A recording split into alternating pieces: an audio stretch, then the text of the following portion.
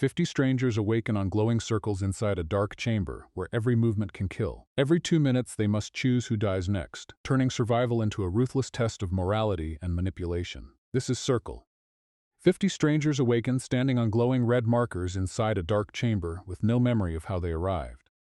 A terrified woman leaves her position and is instantly killed by a beam from the black dome at the center. The survivors learn that touching another person or stepping off a marker triggers the same lethal response. Strange arrows appear beneath their hands, moving whenever they point towards someone else in the circle. A young man tests the controls and discovers each person can see only their own selection. When another countdown ends, the dome kills the person who receives the most votes. Panic spreads because the captives are not merely prisoners, they are controlling each execution themselves. They refuse to vote during the next round, hoping the machine cannot act without their cooperation. The experiment fails. When nobody chooses, the system selects a victim at random and continues the countdown. A college student proposes sacrificing the elderly first, arguing their deaths can buy time to understand the game. An old man pleads that his life has equal value, but fear overwhelms the group's objections. The majority eliminates him, establishing a brutal rule that age can be treated as a reason to die. Between votes, the captives compare memories of fleeing Los Angeles during a mass evacuation and sudden alien attack. Several remember being pulled upward, waking inside a red room, and seeing bodies piled aboard a spacecraft. One older man invents absurd details about the aliens, and the group kills him when his story collapses. The college student immediately targets a woman in a hat, claiming her white hair makes her the next oldest. She explains that chemotherapy caused the change and that her breast cancer is currently in remission. The accusation backfires. The group rejects his logic and eliminates the student instead, leaving the cancer survivor alive. With that threat removed, the survivors decide to share personal information and search for a meaningful pattern. Beth introduces herself, describing her job, twin sister, nephews, pets, and ordinary life outside the chamber. Her honesty offers no protection. She is voted out, convincing others that names may only make killing harder. A man reveals that the woman beside him is his wife and begs everyone to spare her before choosing him. Another pair also claims a prior connection, making the supposed randomness of their abduction seem increasingly doubtful. A Spanish-speaking man struggles to explain himself, and some captives treat the language barrier as proof he matters less. The argument quickly becomes xenophobic, while others insist citizenship and English fluency cannot determine who deserves survival. A police officer recognizes Raul, a tattooed mechanic, and accuses him of repeatedly beating his girlfriend. Raul admits the assault and attacks the officer's record, exposing how personal history can become an instant death sentence. The group eliminates Raul, then questions whether criminal behavior should become the standard for every future vote.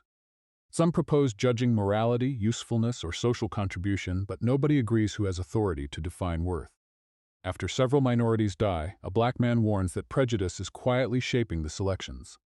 Others dismiss his concern as self-preservation, turning the room into an open argument about race and fairness. The officer finally reveals his own racism, claiming entire groups receive advantages they never earned. His speech unites the crowd against him, and the same moral judgment he promoted is used to eliminate him. Hoping to resist the aliens, everyone agrees to vote for the person immediately to their right. The first coordinated attempt fails because someone points incorrectly, proving one secret vote can destroy the entire plan. On the second attempt, a hidden voter targets the pregnant woman, while Eric redirects his vote to protect her. The resulting runoff exposes the saboteur and reveals that the game is designed to leave only one survivor. Realizing the child and pregnant woman are likely final candidates, some people demand their immediate elimination.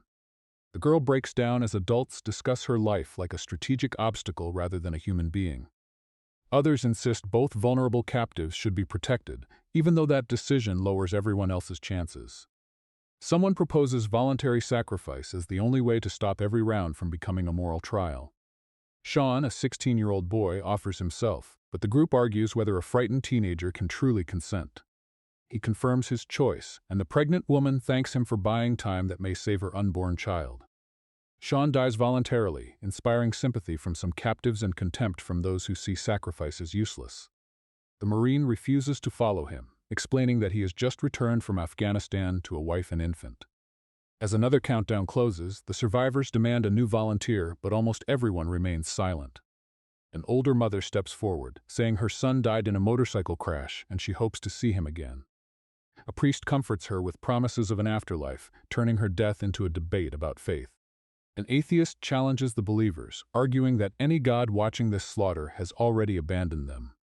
His contempt almost gets him killed, but the next selection temporarily spares him and deepens the religious division.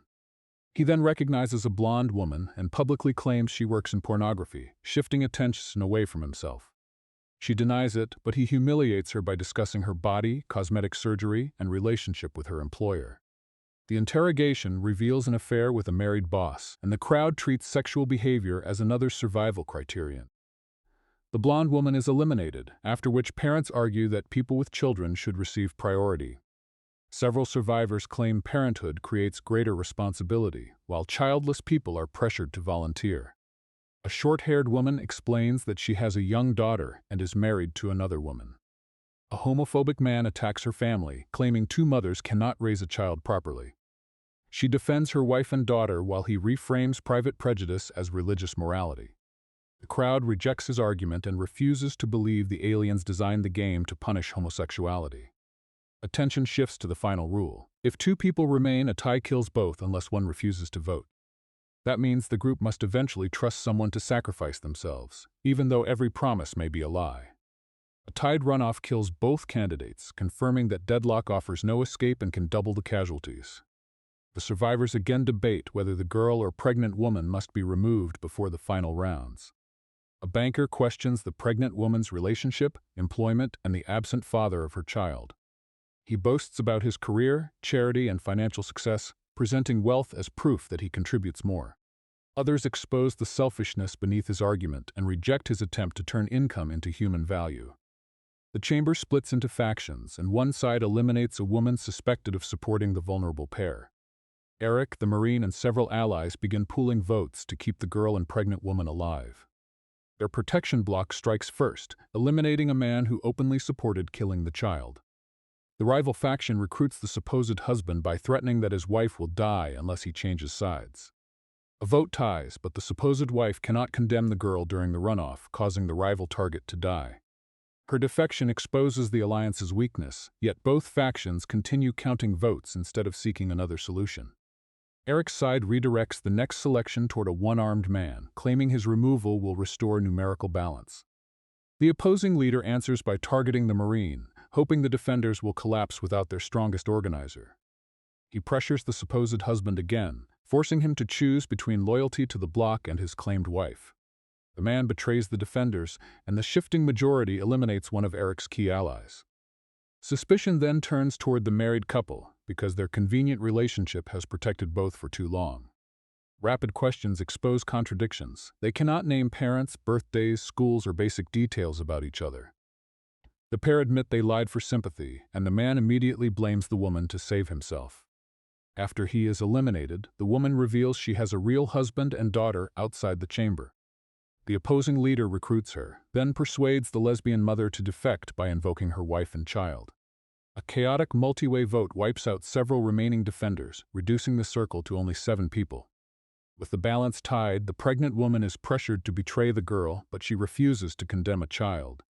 The faction leaders negotiate a cold exchange, offering one vulnerable person in return for one enemy. Their arranged vote collapses when someone unexpectedly withholds his selection, killing the false wife instead. The survivors notice a silent man has never spoken or voted, yet has remained alive through every round. The bearded rival fixates on the silent man, allowing Eric to signal the pregnant woman against him. After the rival dies, Eric and the pregnant woman vote for the silent man, who accepts his fate. Only Eric, the pregnant woman, and the girl remain as he theorizes the aliens are testing human values. Eric warns that after he is gone, one of the two must sacrifice herself, or the final tie will kill them both. Eric gains Katie's trust, promising to step out with her so the pregnant woman and baby can survive. Katie leaves her marker, but Eric stays and immediately votes for the pregnant woman, killing both. Eric celebrates alone until another countdown reveals that the unborn child is still counted as a separate person. He kills the fetus, awakens outside, and joins mostly pregnant women and children watching alien ships above Los Angeles.